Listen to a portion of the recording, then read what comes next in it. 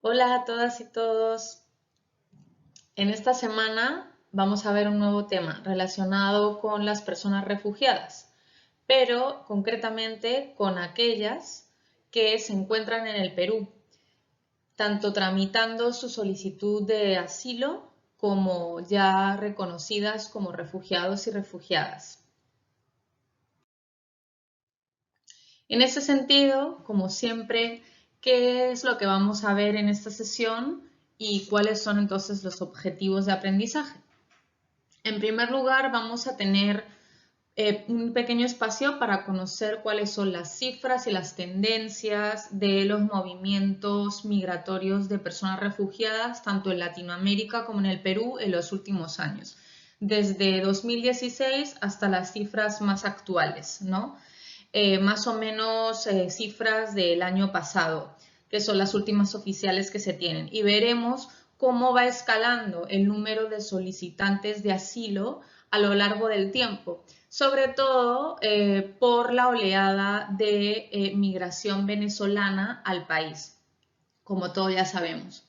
En segundo lugar, vamos a tener una mirada general a la normativa básica de protección de los solicitantes de refugio y de refugiados en el Perú, que se da gracias a la ley número 27891, también conocida como la ley del refugiado, y su reglamento de funcionamiento.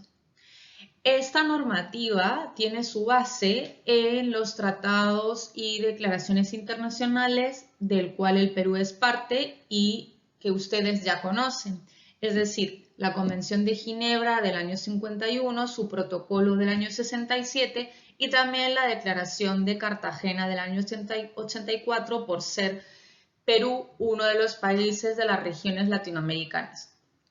Y finalmente vamos a ver también cómo suele ser la realidad de una persona solicitante de asilo y que ha sido reconocida como refugiada en el Perú en los últimos años. Cuáles son sus medios de vida, sus formas de subsistencia, etc. Entonces vamos a seguir. En cuanto a las cifras y tendencias, específicamente en Latinoamérica y el Caribe. A fines de 2016, como pueden ver ahí, eran unas 100.800 personas las que habían sido reconocidas como refugiadas en la región. 88.056 de ellas se encontraban solicitando, ¿no? Tramitando este estatuto de refugiados. Y aproximadamente las 222.000 personas que no habían conseguido encajar dentro del estatuto de refugiado en ninguno de los países de Latinoamérica o Caribe, se encontraban, no obstante, bajo algún tipo de protección de las cuales ya vimos, ¿no? Temporal o subsidiaria, bajo el mandato de ACNUR. Pasamos a fines de 2018 y vemos cómo las cifras cambian bastante, ¿no? Son casi 100.000 personas más las que son refugiadas en el país y pasamos de 88.000 solicitantes de refugio a 1.026.500 solicitantes de refugio, ¿no? El número de personas que reciben algún tipo de protección baja un poquito, pero lo que quiero que se queden es que lo que es las solicitudes de refugio y las personas refugiadas aumentan. Y eso no es porque sí, ¿no? Finalmente, en el año 2019 tenemos la región, de acuerdo a los últimos datos que se han podido obtener de ACNUR, de la Comisión Interamericana de Derechos Humanos sobre todo, ¿no? Cifras de 2019, tenemos que hay ya 3 millones de migrantes y solicitantes de refugio que solamente proceden de Venezuela. Y aquí vemos el gran impacto de la migración venezolana en toda la región, ¿no? Es un número bastante considerable. ¿Sí? Seguimos entonces. En cuanto a las cifras en el Perú, vemos que las tendencias son similares y acordes a las que hemos visto en Latinoamérica.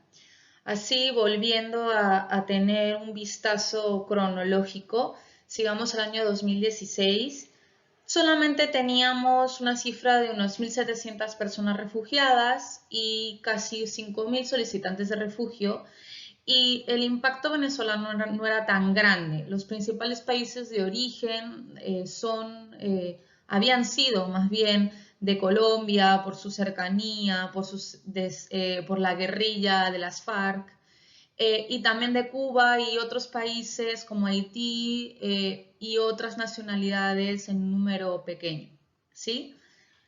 Pasamos a 2017 y vemos que la cifra de solicitudes de refugio se dispara, más que duplicarse. Es decir, pasamos de 5.000 solicitantes de refugio en 2016 y en solo un año esas solicitudes pasan de 5.000 a casi 38.000 solicitudes de refugio, de las cuales 3.553 fueron de personas venezolanas. Si bien solamente 147 de todas esas solicitudes fueron reconocidas como refugiadas. Entonces, ahí vemos que en realidad no se conceden en un número considerable estas solicitudes de refugio. No es tan fácil conseguir el estatuto de refugiado en el Perú. Después veremos cuál es el procedimiento. Pasamos a fines de 2018 y la cifra sigue aumentando de manera exponencial.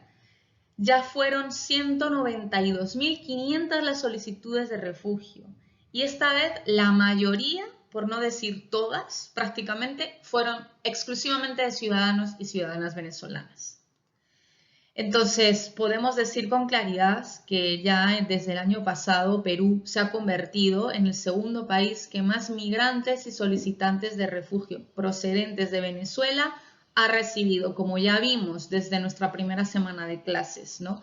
Que el Perú era el segundo país receptor de personas solicitantes de refugio detrás de Estados Unidos, eso a nivel mundial. Y a nivel regional también es el segundo país receptor detrás de Colombia, como vemos acá, ¿no? Entonces, la cifra, como pueden ver, ya es de 700.000 solicitudes de refugio y va aumentando aún así, ¿no? Entonces, vamos a seguir. Siguiendo con el Perú, lo que más llama la atención es un tema muy importante, que solamente en el año pasado, el 13% de todas estas solicitudes de refugio que hemos visto que eran 700.000, solo el 13% de estas solicitudes que se presentaron por personas en la frontera de Perú con Ecuador entre junio y diciembre de este año fueron admitidas.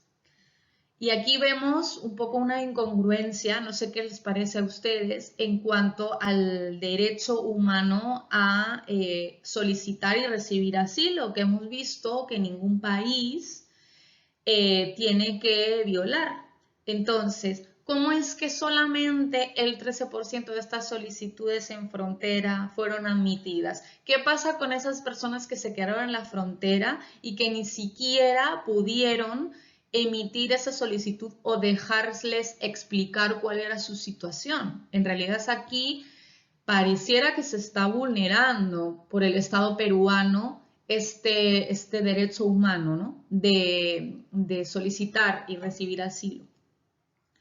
Es así que, teniendo este dato presente del 13%, vemos que solamente en 2009 en la frontera se registraron 1.018 solicitudes, solamente se admitieron 142, o sea, una cifra bajísima, se rechazaron 526, se siguieron tramitando 288 y se archivaron 62. Es decir, el sistema está siendo bastante lento y no está cumpliendo con los criterios y los estándares internacionales.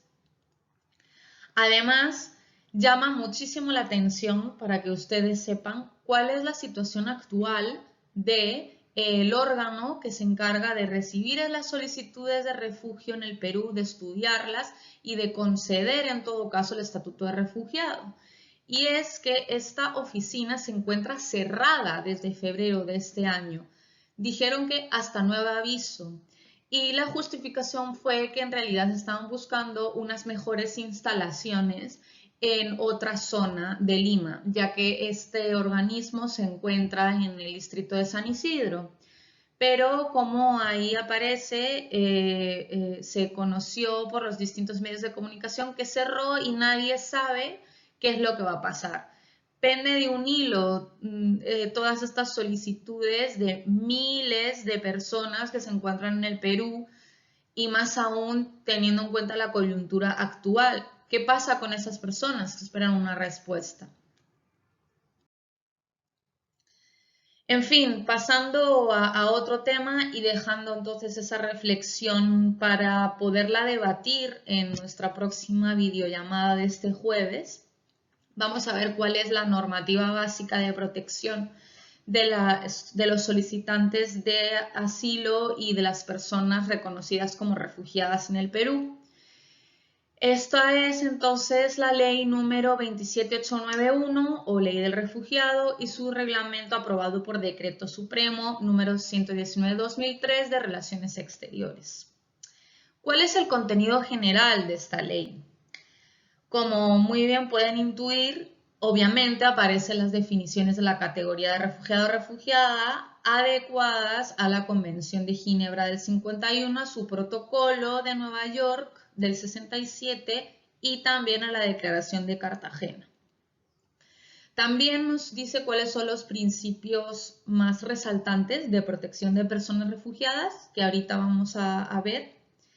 También nos habla del marco amplio de derechos de que pueden disfrutar personas refugiadas y algunos de los derechos de los cuales también pueden gozar los solicitantes de asilo o refugio. También cuáles son los órganos competentes para el tratamiento y la gestión de las solicitudes de refugio y una final toma de decisión al respecto y cuál es el procedimiento que realizan estos órganos competentes para tratar estas solicitudes de refugio. ¿Está bien? Entonces, vayamos a los principios, porque la definición ya la tenemos todos y todas muy clara. Estos principios que tenemos que tener muy presentes son, por supuesto, como no podía ser de otra manera, el principio de no devolución y aparece en el artículo 5 de la ley, como ahí pueden ver. Este principio salvaguarda la vida, la integridad física y la libertad y seguridad de aquellas personas que se han visto forzadas a salir de sus países y que no han tenido más remedio que pedir una protección al Estado peruano. Por tanto, el Perú no puede regresar bajo ninguna modalidad, ni extradición, ni expulsión, ni salida de cualquier otra índole a una persona mientras sepa que todavía existe riesgos para su vida, seguridad o libertad. Asimismo, otro de los principios generales de protección de personas refugiadas es el principio de no sanción por ingreso irregular. Aquí he de comentarles que cualquier persona que ingresa a territorio peruano y que no sea solicitante de refugio ni finalmente sea considerada como refugiada, es decir, una persona que entra como migrante en situación regular o irregular, si llega un momento en el cual se excede el periodo por el cual ya no puede estar en el país, corresponde, de acuerdo a las leyes de migraciones, que tenga que pagar una multa. Lo que pasa es que por el especial estatus que tiene la persona refugiada, se le perdona, se le, digamos, se le exonera, por tanto, del pago de esta multa y de cualquier otra sanción, y todo esto ligado al principio anterior que hemos visto de no devolución. Pensemos sobre todo en aquellas personas que han entrado de manera irregular. No procede, por tanto, ninguna sanción que implique un regreso a su país. Y eso, como digo, aparece en el artículo 31. También otro principio bien interesante e importante es el de ayuda administrativa. Tengan en cuenta que, claro, las personas solicitantes de refugio o refugiadas han venido al Perú porque precisamente sus países de origen no les van a otorgar ninguna ayuda, ninguna protección, ni les van a expedir ningún tipo de documento. Muchos de ellos, sobre todo los venezolanos, como ustedes seguro sabrán, ni siquiera tienen un pasaporte. No les entregan el pasaporte. Es extremadamente difícil, extremadamente caro que en Venezuela tú puedas conseguir un pasaporte. Eso actualmente. Entonces, si una persona que proviene de su país y su relato respecto a persecución es verídico y el Perú así lo reconoce, lo que tiene que hacer es convertirse en el país que verdaderamente le resguarde y le garantice sus derechos mientras esté en el Estado peruano. Es así pues que tiene que correr con todas las gestiones administrativas que necesite. Como digo, documentación, inclusive también todas aquellas gestiones administrativas para convalidar títulos, por ejemplo, para realizar trabajos o convalidar títulos universitarios y de otra índole, ¿no? ¿Todo bien? Seguimos entonces. Pasemos ahora a los derechos de las personas refugiadas. Yo ya sé que ustedes ya saben muy bien cuáles son los derechos básicos, ya lo hemos visto la semana pasada, para los cuales pueden tener acceso y gozar las personas refugiadas en igualdad de condiciones que los nacionales o al menos que los residentes legalmente en el país. Solamente quiero mencionar los más importantes y ahí tienen al costadito el artículo en el que se encuentra la ley del refugiado por si le quieren dar una chequeada más exhaustiva. Por un lado está el contar con un documento de identidad. En el caso de solicitantes de asilo, mientras se está tramitando su solicitud, el Estado peruano tiene que darle un documento que se llama carné de solicitante de refugio. Y veremos que con ese carnet es una suerte de documento de identidad mientras se encuentra acá, que le va a permitir inclusive que pueda trabajar para mantenerse mientras está decidiendo sobre su futuro en el país, si al final le dan el estatuto de refugiado o no. Y en cuanto a personas refugiadas, si finalmente se les otorga el estatuto de refugiado, se les va a dar el estatus migratorio de residente por un año renovable, que ahorita lo veremos, y por tanto un carnet de extranjería que avale que efectivamente es una persona residente legal en el país. Otro de estos derechos de las personas refugiadas es no tener restricciones de contratación laboral, ligado a lo que ya acabo de mencionar, y que por tanto es extensible no solo a personas refugiadas, sino también a solicitantes de refugio. También se les exonera solamente, ojo, para personas refugiadas y a sus familiares en caso tuvieran. Se les exonera de las tasas gravámenes por conceptos migratorios. Anteriormente, por ejemplo, ahorita ya no, pero para que tengan una idea y así les cuento mi propia experiencia. Anteriormente, una persona que estaba en calidad de residente en el país tenía que pagar una tasa anual de extranjería, así se llamaba. Era como una especie de impuesto migratorio, ¿no? Entonces, ahorita ya no, felizmente, ya lo han quitado, pero casos como estos se refiere a la ley. Las personas refugiadas y sus familiares que se encuentran bajo protección en el Perú no tienen que pagar este tipo de tasas. También tienen derecho a la reunificación familiar. Si bien el Estado peruano no está obligado a hacer esa reunificación, tendría que estudiarlo de acuerdo a solicitud. Y también se establece una suerte de apoyo ante problemas que tengan que ver con acceso a derechos económicos, sociales y culturales, como son salud, vivienda y educación principalmente. Apoyo que tendrán del ente encargado de solicitar las tramitaciones de asilo o refugio, así como con otras entidades o ministerios que tengan proyectos o programas sociales y que les apoyen a estas personas, les integren, ¿no? Y también el ACNUR, por supuesto, y todo con el objetivo último de favorecer su inclusión en la sociedad. ¿Sí? Perfecto. Pasamos ahora a los órganos competentes de estudiar las solicitudes de asilo o de refugio en el Perú. Por un lado tenemos el Ministerio de Relaciones Exteriores, que básicamente es el ente rector, es decir, es el que tiene que velar por el correcto cumplimiento de aquellos instrumentos internacionales relativos a refugiados que ha firmado el Perú y velar por que los órganos que tramitan las solicitudes de refugio están operando correctamente, entre otros temas.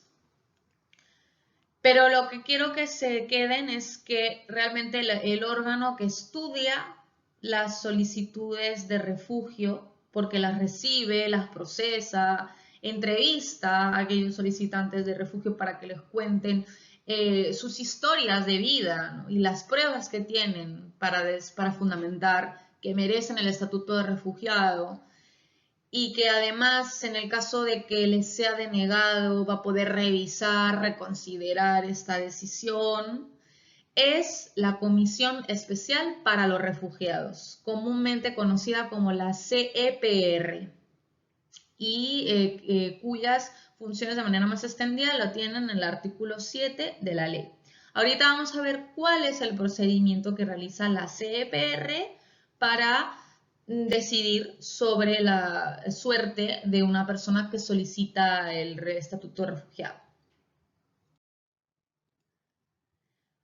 ¿Cuál es el procedimiento?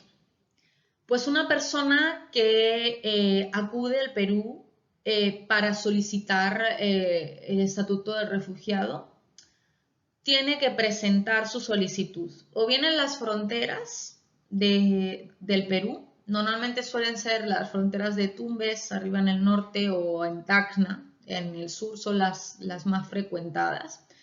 En cualquier puesto de control migratorio, ya sea vía marítima, aérea, etc. Y también aquellos puestos policiales o militares en el resto de las zonas fronterizas del Perú. Asimismo, también se puede presentar ante la propia CEPR, que se encuentra situada en Lima, de manera personal, mediante un representante legal o acudiendo al ACNUR, quien puede realizar esa solicitud también en nombre de la persona interesada. Pero claro, existe un plazo de presentación. Para aquellas personas que han ingresado de manera regular al país, solamente lo pueden presentar antes de que expire su permanencia temporal. Tengan en cuenta, chicas y chicos, que el Perú, en calidad de turista, puede otorgar un máximo de 183 días de permanencia legal en el país. Y ese es el plazo que hay que tener en cuenta. Ahora bien, ¿qué pasa con estas personas que han entrado de una manera irregular? Aquí la ley les permite que presenten su solicitud en un plazo que no exceda los 30 días desde que ingresaron de cualquier manera al Perú. Si bien pueden darse ciertas excepciones que estén justificadas por la CPR, por el ACNUR, etc. Muy bien, entonces sigamos con el procedimiento.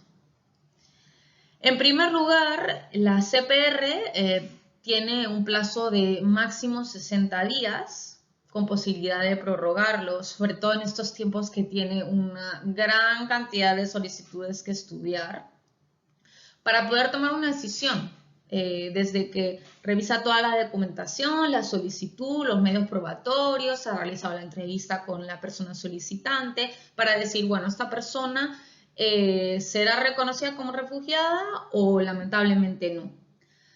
Entonces, como digo, en estos 60 días tiene que emitir una resolución. Además, ojo, si existieran algunas dudas respecto a estos medios probatorios, siempre es como el principio indubio pro reo, en este caso extrapolado a los refugiados. Siempre se va a resolver a favor del solicitante de refugio. Entonces, ¿qué pasa si la CPR dice, sí, considero que esta persona tiene que ser reconocida como refugiado o refugiada? Entonces, va a coordinar con migraciones y le va a decir, por favor, migraciones, otorgue una calidad migratoria a esta persona como extranjera residente por un año. Entonces, por favor, se le tiene que expedir a esta persona un carnet de extranjería por un año. Solamente para que tengan el datito, este carnet de extranjería para migraciones tiene una denominación y lo llaman convenios internacionales. En este caso por el Convenio Internacional de Ginebra. Se supone que es por eso. Pero la calidad migratoria es de residente por un año y además se le va a poder prorrogar sucesivas veces anualmente, siempre y cuando se demuestre que existen todavía las razones por las cuales se ha motivado que esta persona tiene que estar en el Perú como refugiado. Pero claro, ¿qué pasa con aquellas personas a las cuales la CPR no considera que se le tenga que dar el estatuto de refugiado? Bueno, pues la persona solicitante puede interponer un recurso de reconsideración que en primera instancia va a ser evaluada por la propia CPR que ha emitido esa resolución.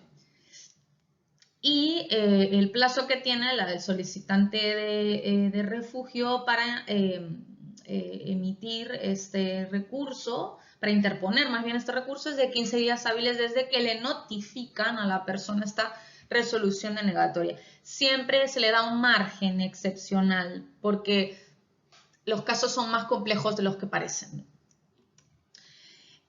Ahora bien, si después de ese recurso de reconsideración la CPR sigue diciendo nos reafirmamos en nuestra decisión de que esta persona no puede ser considerada como refugiada, pues todavía la persona solicitante puede dar más batalla y decir quiero apelar. Entonces interpone un recurso de apelación en segunda instancia y definitiva ante el órgano superior que se conoce como la Comisión Revisora para Asuntos de Refugiados. Y la persona tiene el mismo plazo para interponer este recurso que en recurso anterior, es decir, 15 días hábiles desde la notificación de esta resolución. No obstante, si aún así, después de haber peleado hasta el final, esta comisión revisora dice que está de acuerdo con la CPR y que tampoco la considera como persona que debe beneficiarse del estatuto de refugiado y por tanto reconfirma esta resolución denegatoria, ya esta persona ya deja de ser solicitante de refugio para pasar a estar bajo el amparo de las normas de inmigración extranjería del Perú. Es decir, ya será tomada en consideración como una persona turista, si es que entró de manera regular o podría quedar incluso en situación irregular si se le considera que ha excedido digamos, el tiempo de permanencia, aunque como ya vimos no se le puede imponer ningún tipo de sanción. Entonces, cabría la posibilidad de que el Estado peruano dijera que no, esta persona no existe ningún temor fundado para su vida o para su integridad o libertad y por tanto no hay ninguna vulneración con el principio de devolución para que pueda proceder, por tanto, un retorno de esta persona de manera definitiva a su país de origen. ¿Sí? ¿Todo bien? Muy bien. Continuemos entonces. Pasemos ahora a, ya que hemos visto el procedimiento de una manera general y que en la videollamada de este jueves vamos a poder profundizar con casos prácticos, veamos el contexto actual de las personas que han sido reconocidas como refugiadas o que están en trámite en el Perú. Nos vamos a basar para ello en los pocos estudios que existen al respecto. El más actualizado es del año 2017, el que a su vez se basa en otros dos estudios del 2014 y 2016. Por lo tanto, lamentablemente no está tan actualizado. Pero para que tengan una idea general, vamos a ver entonces cómo está el panorama. En cuanto a acceso a los DESC, estos estudios hicieron notar que para aquellas personas refugiadas que se habían entrevistado, especialmente en la ciudad de Lima, y que estaban en una situación de vulnerabilidad bastante extrema, no hacían uso de los servicios de salud nada más que para temas de emergencias, no amparándose en el derecho internacional migratorio de que no se les puede negar a ninguna persona extranjera, migrante, la atención en emergencias.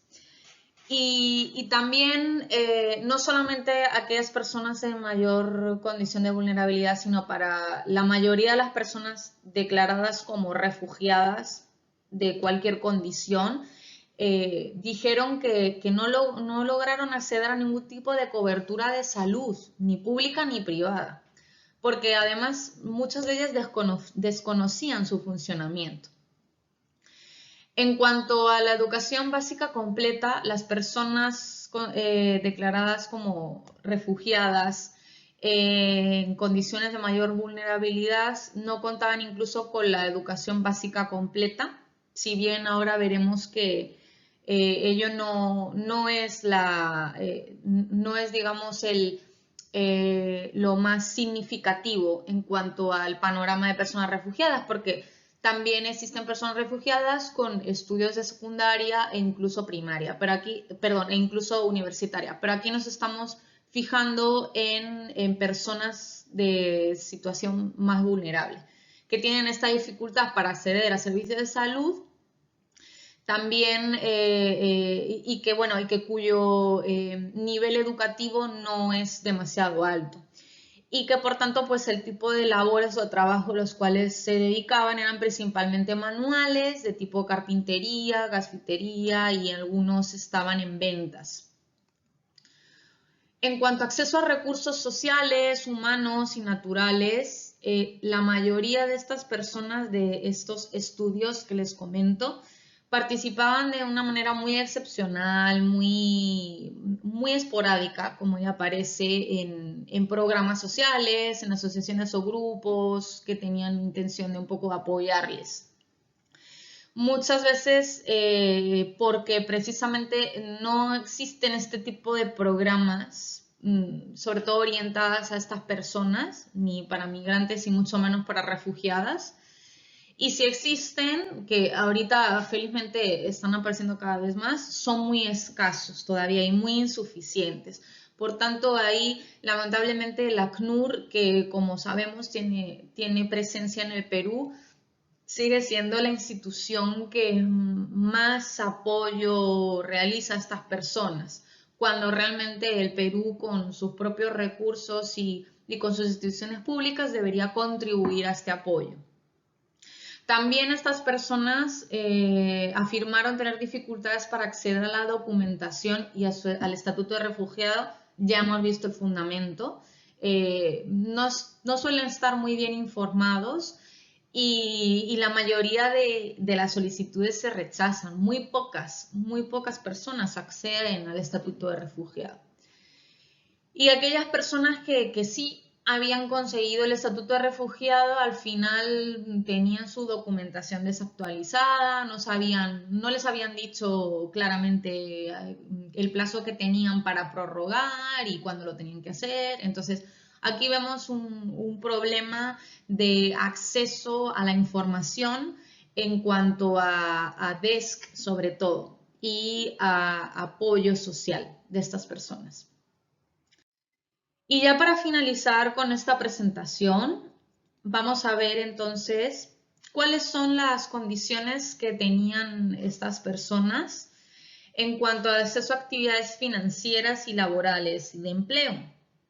pues como pueden imaginar la situación era muy difícil para ellas igualmente. Las razones, sobre todo, tienen que ver con la inclusión social. Muchos decían que tenían dificultades para adaptarse a los contextos, a las costumbres del Perú, a su manera de relacionarse, al ambiente, choca. Y lo hemos visto con los venezolanos y venezolanas, como su forma de ser es bastante diferente a la del peruano peruano. Además, pues sobre todo los primeros años en los cuales la persona llega al país, pues desconoce el mercado laboral, local, cuáles son las dinámicas. Además, tienen un gran problema, que tienen dificultades incluso para acreditar su calidad de profesional, sus títulos técnicos o universitarios, dificultades para convalidarlo, a pesar de que hemos visto que el Perú tiene la obligación de ayudarles con las gestiones de documentación, pero vemos que todavía hay barreras y obstáculos. Y también porque desconocen muchos de estos derechos y las obligaciones que tiene el país de acogida, en este caso en el Perú. Todavía no existe unos buenos canales de información. Si bien la única excepción, como vemos, sería la ACNUR, que están haciendo muchos esfuerzos para llegar cada vez a más personas, pero como vemos todavía es un poco insuficiente.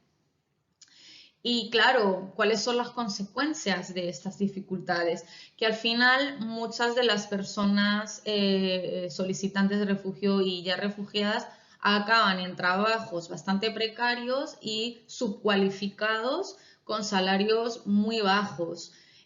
Muchos de ellos en riesgo de explotación laboral o incluso sufriendo ya explotación laboral porque trabajan muchas más horas que las establecidas por ley semanalmente y son además objeto de maltrato y de discriminación, no solamente en el trabajo, sino en la sociedad, como ya vimos en el otro módulo del curso cuando hablamos de la discriminación y la xenofobia. Ya hemos visto el porqué de ello. Entonces, al final, ¿cuál es la consecuencia general y global de toda esta situación? Que la persona acaba atrapada en un círculo de pobreza de la cual no puede salir o le es muy difícil salir, salvo que tenga una ayuda y un apoyo específico para poder seguir adelante. Entonces, yo cumplo acá con darles este panorama general de las personas solicitantes de refugio y refugiadas en el Perú. Y el próximo jueves vamos a continuar con la exploración de casos reales de solicitantes de refugio acá en el Perú y cuáles han sido las respuestas del Estado para profundizar mucho más en el tema. Muchas gracias, chicas y chicos, y que tengan buena semana.